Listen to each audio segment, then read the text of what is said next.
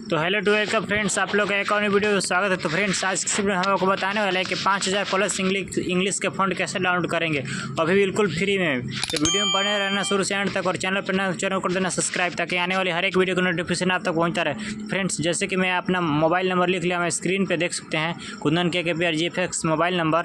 तो इसी को मतलब फ़ॉन्ट यहाँ पे यूज़ करके जो मेरे को यहाँ पे फ़ॉन्ट ऐड था वो पूरा का पूरा मैं रिमूव कर दिया फ्रेंड्स। यहाँ पे न्यू से मैं 5000 फ़ॉन्ट ऐड करूँगा पिक्सेल लैब एप्लीकेशन के अंदर। तो वीडियो में बने रहना शुरू से एंड तक, और चैनल पर चैनल कर देना सब्सक्राइब, ताकि आने वाले हर एक वीडियो का नोटिफिकेशन आप तक पहुँचता रहे। डिज़ाइन रिलेटेड मैं आपको जीरो से हीरो बना दूँगा फ्रेंड्स।